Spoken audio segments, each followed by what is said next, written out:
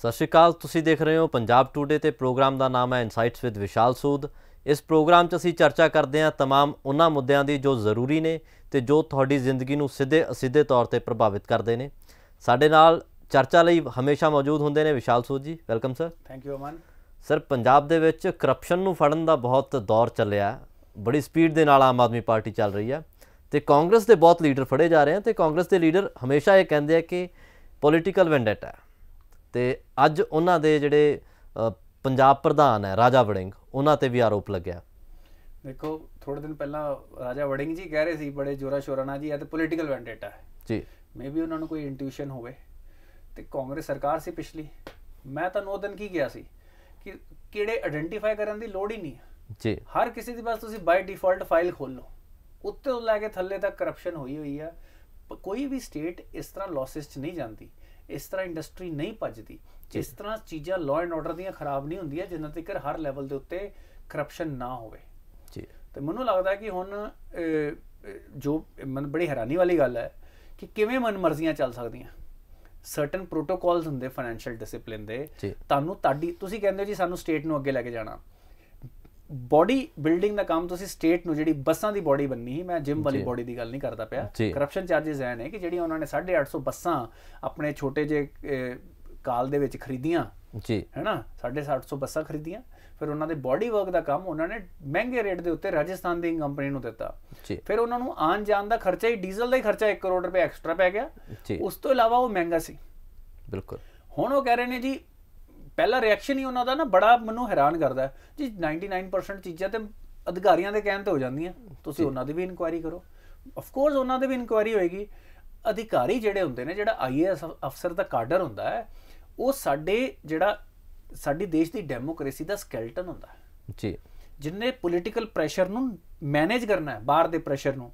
ਤੇ ਅੱਜ ਉਸ ਅਨਫੋਰਚੂਨੇਟਲੀ ਉਹ ਸਕੈਲਟਨ ਵੀ ਪੋਲੀਟੀਕਲ ਪ੍ਰੈਸ਼ਰ ਦੇ ਵਿੱਚ ਚੂਰ ਚੂਰ ਹੋ ਗਿਆ ਹੈ ਜੀ। ਉਹਨਾਂ ਦਾ ਕੰਮ ਹੁੰਦਾ ਸਾਨੂੰ ਬਚਾਉਣਾ। ਜੇ ਪੋਲੀਟੀਸ਼ੀਅਨ ਸਹੀ ਨਹੀਂ ਹੈ, ਉਹਨਾਂ ਦਾ ਕੰਮ ਹੈ ਬਚਾਉਣਾ। ਬਿਲਕੁਲ। ਪੋਲੀਟੀਸ਼ੀਅਨ ਦੀ ਅਕਾਊਂਟੇਬਿਲਿਟੀ ਇਲੈਕਸ਼ਨ ਜਾਣੀ ਹੈ, ਪਰ ਜੇ ਪੋਲੀਟੀਸ਼ੀਅਨ ਕਰਪਟ ਹੈ ਤੇ ਅਨਫੋਰਚੂਨੇਟਲੀ ਇਹ ਸਾਰੇ ਪੋਲੀਟੀਸ਼ੀਅਨ, ਬਿਊਰੋਕਰੈਟ ਤੇ ਕ੍ਰਿਮੀਨਲਸ ਦਾ ਨੈਕਸਸ ਬਣ ਕੇ ਪੰਜਾਬ ਨੂੰ ਬਰਬਾਦੀ ਵੱਲ ਲੈ ਗਿਆ ਜੀ। ਹੁਣ ਐਸ ਗਵਰਨਮੈਂਟ ਨੂੰ strong action, strong example set ਕਰਨੇ ਨੇ ਕਿ ਵੀ ਇਹ ਨਾ ਹੋਵੇ। ਮਤਲਬ ਕਿ ਤੁਸੀਂ ਪੰਜਾਬ 'ਚੋਂ ਇੱਕ ਤੇ ਓਪਰਚੁਨਿਟੀ ਖੋਈ ਜੀ। ਜੇ 850 ਬੱਸਾਂ ਦੀ ਬੋਡੀ ਪੰਜਾਬ 'ਚ ਬਣਦੀ ਜੀ, ਕਿੰਨੇ ਲੋਕਾਂ ਨੂੰ ਰੋਜ਼ਗਾਰ ਮਿਲਦਾ। ਬਿਲਕੁਲ। ਕੁਝ ਪ੍ਰੋਫਿਟ ਆਉਂਦਾ, ਉਹ ਰੀਇਨਵੈਸਟ ਹੁੰਦਾ, ਰਾਈਟ। ਉਸ ਤੋਂ ਬਾਅਦ ਜਿਹੜਾ ਤੁਸੀਂ ਪੋਲਿਊਸ਼ਨ ਤੇ ਡੀਜ਼ਲ ਦਾ ਖਰਚਾ ਪਾਇਆ, ਉਸ ਤੋਂ ਬਾਅਦ ਉਹਦੀ ਮੇਨਟੇਨੈਂਸ ਹਮੇਸ਼ਾ ਉਹ ਕਹੇਗਾ ਜੀ ਲੈ ਆਓ, ਜੇ ਕੁਝ ਖਰਾਬ ਹੋਇਆ ਤਾਂ ਲੈ ਆਓ, ਹਰ ਵਾਰੀ ਲਈ ਤੁਸੀਂ ਮਹਿੰਗਾ ਖਰਚਾ। ਉਸ ਤੋਂ ਬਾਅਦ 30-40 ਕਰੋੜ ਰੁਪਏ ਦੀ ਕਰਪਸ਼ਨ ਤੇ ਸਿੱਧੀ ਹੋ ਗਈ ਜੀ। ਮਤਲਬ it shows the kind of mindset ਸਾਡੇ ਪੋਲੀਟੀਸ਼ੀਅਨ ਤੇ ਬਿਊਰੋਕਰੈਟ ਰੱਖਦੇ ਨੇ। ਉਹਨਾਂ ਨੂੰ ਰੱਤੀ ਵੀ ਪਰਵਾਹ ਨਹੀਂ ਹੈ, ਮਤਲਬ ਜ਼ਰਾ ਵੀ ਦਰਦ ਨਹੀਂ ਆ ਕਿ ਸਾਡੇ ਸਟੇਟ ਦੇ ਪੈਸਾ ਕਿੱਥੇ ਜਾ ਰਿਹਾ ਹੈ, ਉਹ ਕਿੱਥੇ ਖਰਚ ਹੋ ਰਿਹਾ ਹੈ, ਕਿ ਸਾਡੇ ਬੱਚਿਆਂ ਦੀ ਨੌਕਰੀ ਜਾ ਰਹੀ ਹੈ, ਕਿ ਉਹਨਾਂ ਨੂੰ ਓਪਰਚੁਨਿਟੀ ਮਿਲ ਰਹੀ ਹੈ, ਨਹੀਂ ਮਿਲ ਰਹੀ ਹੈ। ਇਨਕੁਆਇਰੀ ਹੋਣੀ ਚਾਹੀਦੀ ਹੈ, ਸਟਰੋਂਗ ਕੇਸ ਬਣਨਾ ਚਾਹੀਦਾ ਹੈ ਜੀ। ਵਾਟਰਪ੍ਰੂਫ ਕੇਸ ਬਣਨਾ, 에ਅਰ ਟਾਈਟ ਕੇਸ ਬਣਨਾ ਚਾਹੀਦਾ ਕਿ ਤਾਂ ਕਿ ਜਿਹੜੇ ਵੀ ਬੰਦਿਆਂ ਨੇ ਕਰਪਸ਼ਨ ਕੀਤੀ ਹੈ ਉਹ ਬਚ ਕੇ ਨਾ ਜਾਣ। ਬਿਲਕੁਲ। ਉਹ ਜਿਹੜੇ ਲੋਕੀ ਬੇਸਿਕਲੀ ਬਿਜ਼ਨਸਮੈਨ ਵੀ ਇਨਵੋਲਵ ਨੇ, ਉਹਨਾਂ ਤੇ ਵੀ ਐਕਸ਼ਨ ਹੋਣਾ ਚਾਹੀਦਾ ਜੀ। ਉੱਥੇ ਵੀ ਰਾਜਸਥਾਨ 'ਚ ਵੀ ਕਾਂਗਰਸ ਸਰਕਾਰ ਹੈਗੀ ਆ, ਇੱਥੇ ਵੀ ਕਾਂਗਰਸ ਸਰਕਾਰ ਸੀ, ਸ਼ਾਇਦ ਕਿਸੇ ਨੇ ਸਿਫਾਰਿਸ਼ ਪਵਾਤੀ ਹੋਵੇ। ਇਹ ਸਾਰੀਆਂ ਚੀਜ਼ਾਂ ਦਾ ਹਰ ਐਂਗਲ ਦੇ ਉੱਤੇ ਜਾਇਜ਼ਾ ਕਰਨਾ ਚਾਹੀਦਾ ਹੈ ਕਿ ਕਿਉਂ ਜਿਹੜਾ ਕੰਮ ਪੰਜਾਬ 'ਚ ਹੋ ਸਕਦਾ ਸੀ ਉਹ ਪੰਜਾਬੋਂ ਬਾਹਰ ਕਰਵਾਇਆ ਗਿਆ। ਮੈਂ ਕਹਿੰਦਾ ਆਪ ਤੁਸੀਂ ਬੈਸਟ ਰੇਟ ਤੇ ਕਰਾਓ। ਜੇ ਰਾਜਸਥਾਨ ਦਾ ਬੰਦਾ 6 ਲੱਖ 'ਚ ਕਰਦਾ ਹੁੰਦਾ, ਤੁਹਾਨੂੰ 725 ਦਾ ਪ੍ਰਾਈਸ ਸੀ ਜੀ, ਸਦਕੇ ਜੀ। ਉਹ ਬੰਦਾ ਕੰਪੀਟੀਟਿਵ ਹੈ, ਸੇਮ ਕੁਆਲਿਟੀ ਜੇ ਤੁਹਾਨੂੰ ਦੇ ਪਾ ਰਿਹਾ ਤੇ ਉੱਥੋਂ ਕਰਵਾਓ। ਸਾਡੀ ਇੱਕੋ ਹੀ ਵਨ ਕੰਟਰੀ, ਵਨ ਸੇਮ ਆਪਾਂ ਹੈਗੇ ਆ, ਪਰ ਤੁਸੀਂ ਮਹਿੰਗਾ ਕੰਮ ਕਰਵਾ ਰਹੇ ਹੋ। ਪਰ ਜੇ ਸੇਮ ਹੋਵੇ, ਇੱਕ ਹੁੰਦੀ ਹੈ ਕਿ ਸਕੀਮ ਕਿ ਵੀ ਤੁਸੀਂ ਪ੍ਰੈਫਰੈਂਸ ਤੇ ਦਿਓ ਜੀ। It make sense. ਜੇ ਰੇਟ ਸੇਮ ਵੀ ਹੈ ਨਾ, ਜੇ ਉਹ 50 'ਚ ਹੁੰਦਾ ਤਾਂ ਡੀਜ਼ਲ ਦਾ ਖਰਚਾ ਬਚ ਜਾਣਾ ਸੀ। ਬਿਲਕੁਲ। ਗੱਡੀਆਂ ਦੀ ਮਾਈਲੇਜ, ਜੇ ਗੱਡੀ ਚੱਲਦੀ ਆ ਉਹਦੀ ਪਰ ਕਿਲੋਮੀਟਰ ਇੱਕ ਮੇਨਟੇਨੈਂਸ, ਮਾਈਲੇਜ, ਟਾਇਰ, ਸਾਰੇ ਖਰਚੇ ਹੁੰਦੇ, ਉਹ ਵੀ ਤੁਸੀਂ ਕਰਵਾਤੇ ਜੀ। ਫਿਰ ਉਸ ਗੱਡੀ ਦੇ ਉੱਤੇ ਤੁਸੀਂ ਐਕਸੀਡੈਂਟਲ ਰਿਸਕ ਪਾਤਾ ਕਿ ਅਨਨੈਸੈਸਰੀ ਉਹ ਚੱਲਦੀ ਪਈ ਆ। ਤੁਸੀਂ ਮਲਟੀਪਲ ਤਰੀਕੇ ਨਾਲ ਪੰਜਾਬ ਦੀ ਜਿਹੜੇ ਅਸੈਟਸ ਹੈ, ਜਿਹੜੀ ਇਕਨੋਮਿਕ ਵੈਲਿਊ ਹੈ, ਉਹਨੂੰ ਡਿਸਟਰੋਏ ਕੀਤਾ ਇੱਕ ਇੱਕ ਸਟੈਪ ਦੇ ਉੱਤੇ। ਹਰ ਇੱਕ ਚੀਜ਼ ਜੋ ਹੈਗੀ ਆ ਉਹ ਫੰਡਾਮੈਂਟਲੀ, ਮੋਰਲੀ, ਇਕਨੋਮਿਕਲੀ ਗਲਤ ਹੋਈ ਆ ਜੀ। ਤੇ ਮੈਨੂੰ ਲੱਗਦਾ ਅੱਜ ਸਾਡੇ ਯੂਥ ਨੂੰ ਇਹ ਸਵਾਲ ਪੁੱਛਣਾ ਚਾਹੀਦਾ। ਅੱਜ ਕਾਂਗਰਸ ਨੂੰ ਵੀ ਇੰਟਰੋਸਪੈਕਟ ਕਰਨ ਦੀ ਲੋੜ ਹੈ। ਇਹ ਚੀਜ਼ਾਂ ਆਨਸਰ ਦਿੰਦੀਆਂ ਕਿ ਕਿਉਂ ਕੋਈ ਵੀ ਹਰ ਇਲੈਕਸ਼ਨ ਆਫਟਰ ਇਲੈਕਸ਼ਨ ਉਹ ਹਾਰਦੇ ਜਾ ਰਹੇ ਨੇ, ਉਹਨਾਂ ਦੇ ਲੀਡਰ ਉਹਨਾਂ ਨੂੰ ਛੱਡ ਕੇ ਜਾ ਰਹੇ ਨੇ, ਇੱਕ ਦੂਜੇ ਤੇ ਉਹ ਕਰਪਸ਼ਨ ਦਾ ਇਲਜ਼ਾਮ ਲਗਾ ਰਹੇ ਨੇ। Raja Warring of course no doubt ਉਹ ਹਰ ਕਰਪਟ ਲੀਡਰ ਨੂੰ ਇੰਨੇ ਜੋਸ਼ ਨਾਲ ਕਿਉਂ ਡਿਫੈਂਡ ਕਰਦੇ ਪਏ ਨੇ, ਅੱਜ ਉਹਨਾਂ ਤੇ ਵੀ ਇਲਜ਼ਾਮ ਲੱਗਾ ਜੀ। ਲੈਟਸ ਸੀ ਕਿ ਇਨਕੁਆਇਰੀ ਕੀ ਨਿਕਲ ਕੇ ਆਉਂਦੀ ਹੈ। ਪਰ ਮੈਨੂੰ ਲੱਗਦਾ ਹੈ ਕਿ ਪੰਜਾਬ ਦੇ ਲੋਕਾਂ ਨੂੰ ਇਸ ਜਦੋਂ ਆਪਾਂ ਹੋਰ ਕਈ ਚੀਜ਼ਾਂ ਲਈ ਸੜਕਾਂ ਤੇ ਉਤਰਦੇ ਹਾਂ, ਇਹ ਕਰਪਸ਼ਨ ਦੇ ਖਿਲਾਫ ਸੜਕ ਤੇ ਉਤਰਨਾ ਜ਼ਿਆਦਾ ਜ਼ਰੂਰੀ ਹੈ ਜੇ ਆਪਾਂ ਆਪਣੇ ਦੇਸ਼ ਨੂੰ ਬਚਾਉਣਾ ਹੈ। ਆਪਾਂ ਹਰ ਵਾਰੀ ਕਹਿੰਦੇ ਹਾਂ ਜਿਹੜੀ ਕਰਪਸ਼ਨ ਹੈ ਨਾ, ਜੇ ਇਹ ਸਾਡੀਆਂ ਜੜ੍ਹਾਂ 'ਚ ਵੜ ਗਈ ਹੋਈ ਹੈ, ਇਹਨੇ ਸਾਡੀ ਹਰ ਪਾਲਿਸੀ, ਹਰ ਪਬਲਿਕ ਸਰਵਿਸ, ਹਰ ਚੀਜ਼ ਦੇ ਉੱਤੇ ਇੰਨਾ ਨੈਗੇਟਿਵ ਇੰਪੈਕਟ ਕਰਤਾ ਹੈ।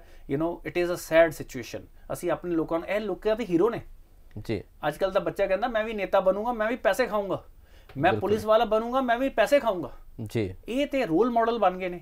ਤੇ ਇਹਨਾਂ ਤੇ ਹੁਣ ਜੇ ਸਟਰੋਂਗ ਐਕਸ਼ਨ ਹੋਏਗਾ ਤੇ ਬੰਦਾ ਕਹੇਗਾ ਤੌਬਾ ਜੀ, ਕਰਪਸ਼ਨ ਕੀਤੀ ਸੀ, ਜੇਲ੍ਹ ਦੇ ਅੰਦਰ ਚੱਕੀ ਪੀਸਦੇ ਪਏ, ਮੈਂ ਤਾਂ ਇਹ ਨਹੀਂ ਕਰਨਾ। ਮੈਂ ਇਹ ਐਗਜ਼ਾਮਪਲ ਸੈੱਟ ਕਰਨ ਦੀ ਗੱਲ ਹੈ ਨਾ।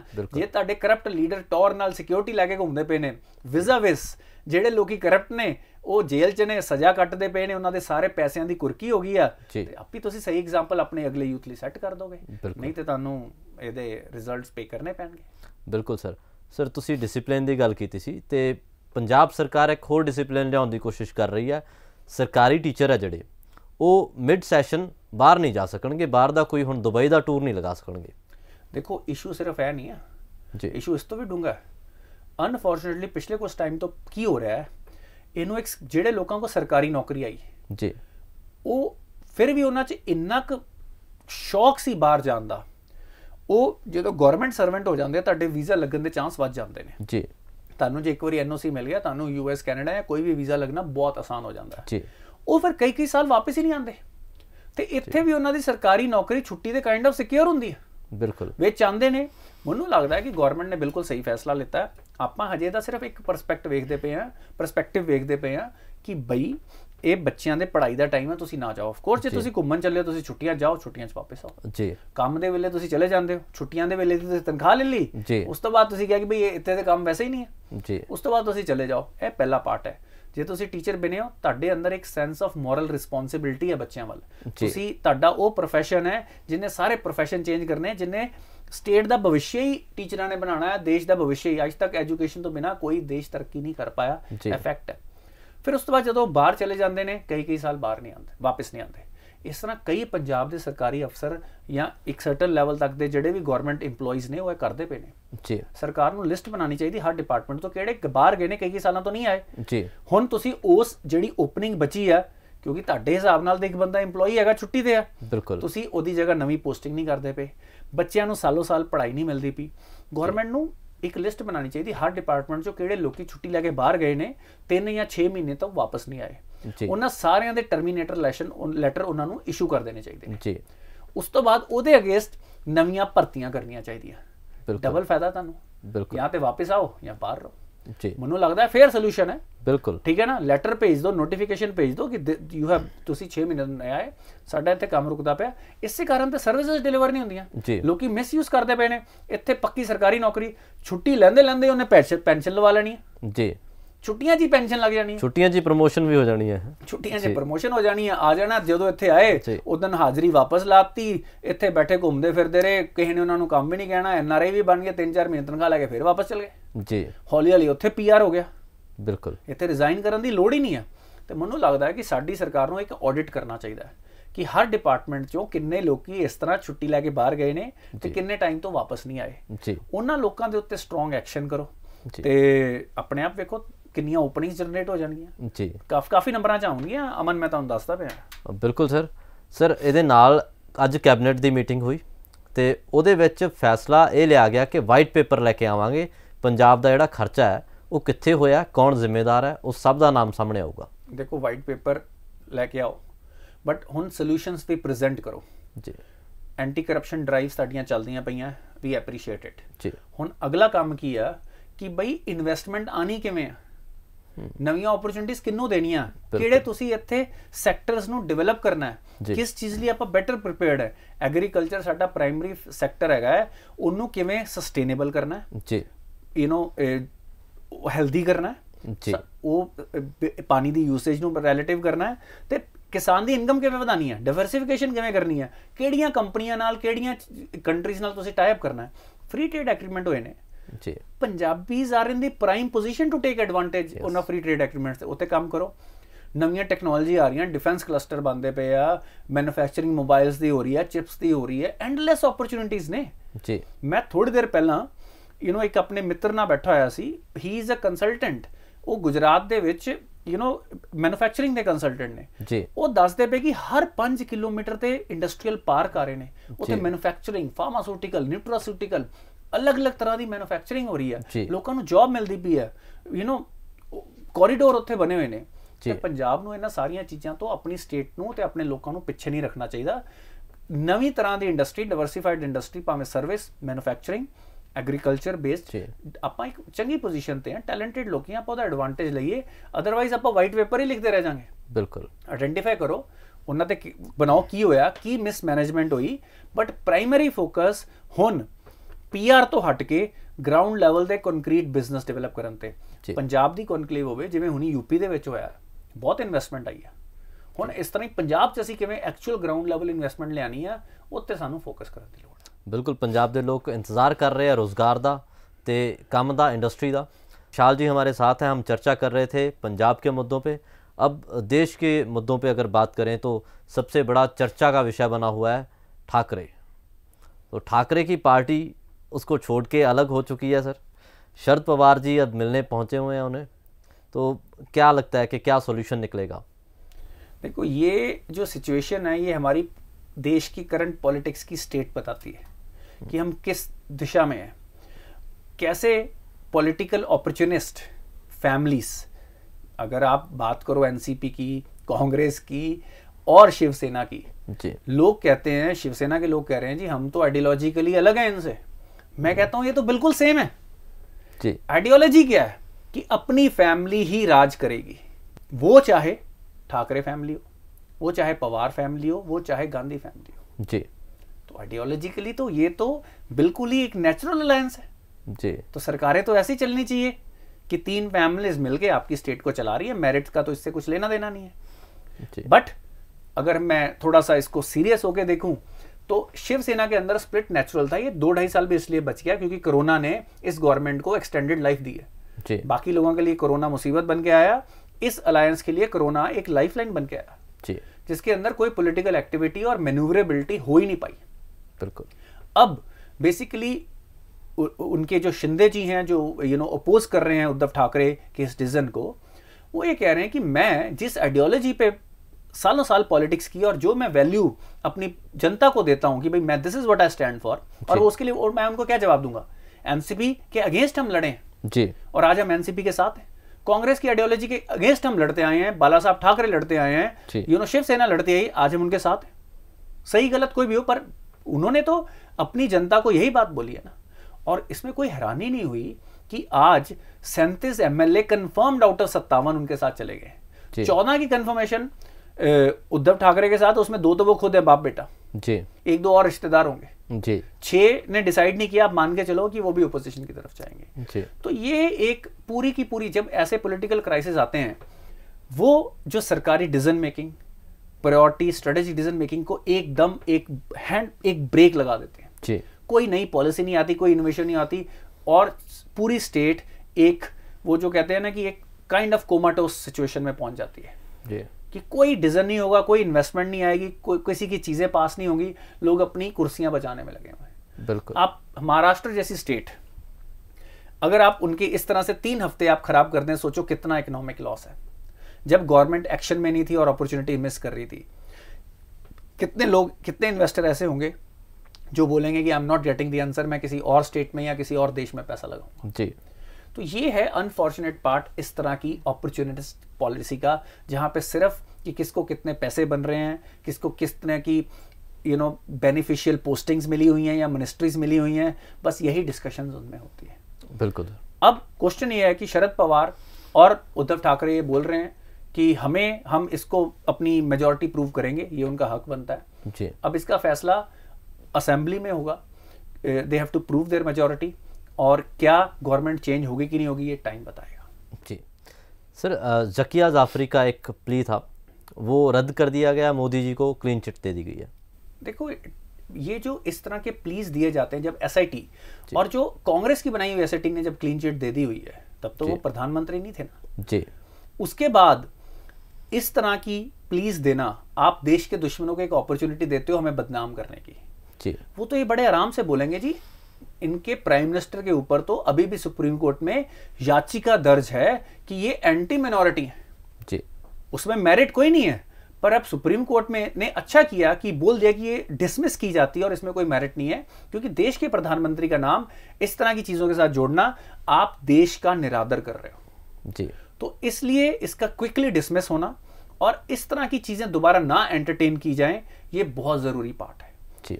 आज हमारे देश में माइनॉरिटीज मेजॉरिटी इसमें कोई फर्क नहीं है, सबके लिए इक्वल अपॉर्चुनिटीज हैं और इक्वल रिस्पॉन्सिबिलिटीज हैं और इक्वल ही राइट्स हैं जी। तो अगर यही तो है एक जो हम आइडियल एक सोसाइटी बनाना चाहते हैं जी। Why should there be any preferential treatment to anyone based on religion, whether they are majority और माइनॉरिटी।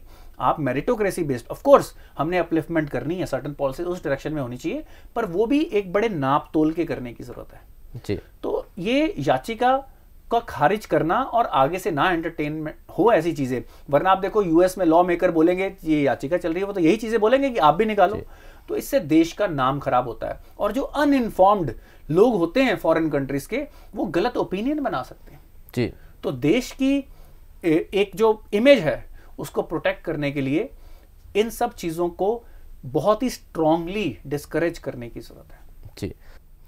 सर, रशिया ने ओपन किया अपनी मार्केट को भारतीयों के लिए कि आइए बिजनेस कीजिए। देखिए हम कल भी डिस्कस कर रहे थे ब्रिक्स से रिलेटेड इशू कि ब्रिक्स एक दूसरे को बहुत बड़ी अपॉर्चुनिटीज प्रोवाइड कर रहे हैं और इमीडिएटली देखिए रशिया के प्रेसिडेंट की अनाउंसमेंट आ गई और it is not specific only to India जी। चाइना से वो मैन्युफैक्चरिंग फैसिलिटीज लेना चाह रहे हैं। अगर हम इतना बड़ा ब्लॉक बना के और एक दूसरे को इकोनॉमिकली सपोर्ट ना करें तो उसका कोई फायदा नहीं है। हमें एक दूसरे को अपनी मार्केट्स अपनी स्ट्रेंथ के बेसिस पे प्रेजेंट करनी चाहिए जी। अब कौन सी कंपनीज वहां पे रिटेल सेक्टर में, जो रिटेल सबसे बड़ी अपॉर्चुनिटी होती है, एक किसी भी इकोनॉमी का मेजर पार्ट रिटेल में होता है, तो अगर इंडिया के लिए हमारी रिटेल कैपेबिलिटीज, टेक्नोलॉजीज, जो भी इंफ्रास्ट्रक्चर है उसको यूज करके अगर रशिया हमें देता है, जो अभी यूरोपियन कंपनीज वहां से गई हैं, जो अमेरिकन कंपनीज गई हैं, अपॉर्चुनिटी है। हमारी आईटी कंपनीज वहां पे एंट्री कर सकती हैं, हमारी रिटेल कंपनीज कर सकती हैं। मैं डिफेंस में तो नहीं बोलूंगा क्योंकि रशिया डिफेंस में काफी आगे है और वो काइंड ऑफ हमारा मेंटोर ही रहा है इस फील्ड में जी। But at the same time और बड़ी चीजें हैं जो हम अब जैसे फास्ट फूड था ऐसी, वो भी रिटेल में आता है, क्विक सर्जी, हम अपना कल्चर वहां पे लेके आ सकते हैं, जो गैप जो हम अपने फैशन ब्रांड्स वहां पे लेके आ सकते हैं, जो गैप यूरोपियन और अमेरिकन कंपनीज जो मेजर वहां पे आज इंडिया में मैन्युफैक्चरिंग होती है लैपटॉप्स की, मोबाइल्स की, हमारे ब्रांड वहां पे जा सकते हैं। तो इस और सिर्फ रशिया क्यों, रशिया के वी शुड बी थैंकफुल कि रशिया ने हमारे लिए स्पेशली ये सर्टन सेक्टर्स खोलने की बात की है।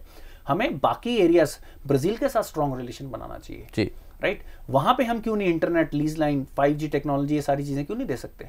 हमें हमारी कंपनीज के पास आज स्ट्रेंथ है, मार्केट कैपिटल भी है, उनके पास फाइनेंशियल पावर भी है, नो हाउ भी है, टेक्नोलॉजी भी और विजन भी है। अब जो हम इंडिया की जो मेजर कंपनीज हैं उनको ग्लोबल सोचने का टाइम आ गया, उन्होंने इनफ वैल्यू इंडिया, अब उनको ब्राजील, साउथ अमेरिका, ये सारी जो कंट्रीज जो हमारे लिए यूजफुल है, वहां पे इंडिया को अब इन्वेस्टमेंट्स करनी चाहिए।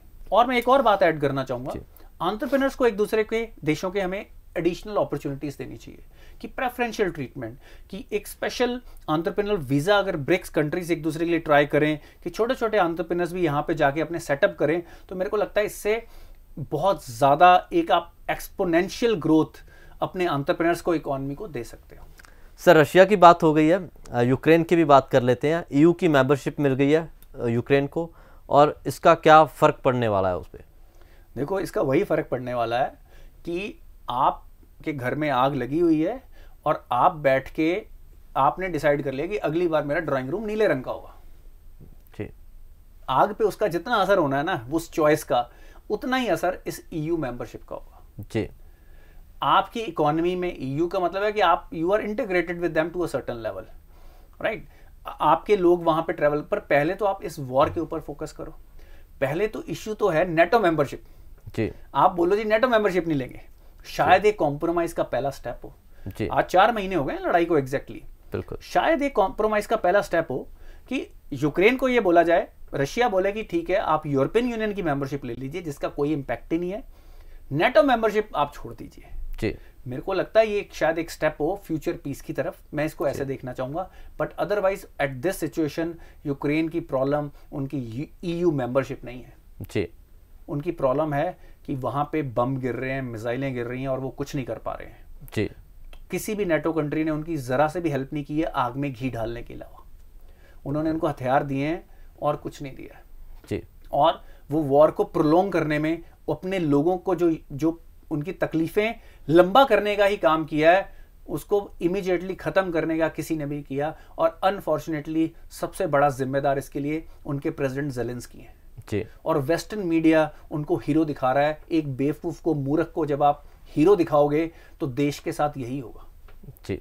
ही is not the right fit to lead a country like Ukraine, जो एक इंपॉर्टेंट नेटो कंट्रीज और रशिया के बीच में बैठी हुई है। यूरोप हमेशा ही एक अगर आप पिछली कुछ टाइम की मॉडर्न हिस्ट्री देख लें तो यूरोप के अंदर ही सारी लड़ाइयाँ शुरू हुई हैं।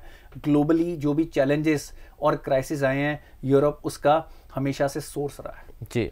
तो यहाँ पे एक इंडिपेंडेंट डिसीजन मेकिंग नहीं है। पूरा का पूरा Europe kind of extended United states of America बना हुआ है, उनके बिहाफ पे डिसीजन लिए जाते हैं। और ये जो जेलेंस्की गवर्नमेंट थी ये भी यूएसए की सपोर्ट से लाई गई थी जी। और उन्होंने रशिया को एंटागोनाइज किया। आप इमेजिन करो ये ऐसे है कि भाई मैं आपका शुभ चिंतक बन के दिल्ली शहर में बैठा हूं जी। और मैं आपको कह रहा हूं कि आपके पड़ोस वाले घर में जो बहुत पावरफुल आदमी रहता है, आप 5 फुट की है वो 7 फुट का है, आप रोज जाके उससे पंगे लो जी, है ना। और मैं आपकी वो पिटाई कर रहा है और मैं आपको बोलूं कोई बात नहीं, तुम्हारी सेहत अच्छे करने के लिए मैं तुम्हें बादाम भेजूंगा जी। खुद लड़ने नहीं आऊंगा। तो कब आप बादाम खा के 60 किलो का एक पिद्दी आदमी 120 किलो के पहलवान को पीट कर पाएगा जी। तो ये तो वहां पे हो रहा है। तो मेरे को लगता है कि it is unfortunate for the people of Ukraine. और आगे वो शायद सोचेंगे कि किस तरह के लीडर्स उनको लेके आने हैं। उनको भी ये देखना पड़ेगा उनका इंटरेस्ट क्या है। इमीडिएट सेफ्टी एंड सिक्योरिटी, उसके लिए रशिया इंपॉर्टेंट है उनके लिए कि रशिया के साथ उनके टाइज बेटर हों। मैं कहता हूं फ्रेंडली ना हो पर न्यूट्रल तो हो। आप उनके लिए सिक्योरिटी थ्रेट नहीं बन सकते और वो भी नेटो या यूएस के कहने पे। जी। इतिहास याद रखेगा कि जब यूक्रेन जल रहा था तो जेलेंस्की यूरोपियन यूनियन के मेंबरशिप लेने पे खुश हो रहे थे। बिल्कुल। तो शुक्रिया सर एनालिसिस के लिए। इसी तरह के ज़रूरी एनालिसिस और करंट अफेयर्स देखने के लिए देखते रहिए insights with Vishal Sood only on Punjab today.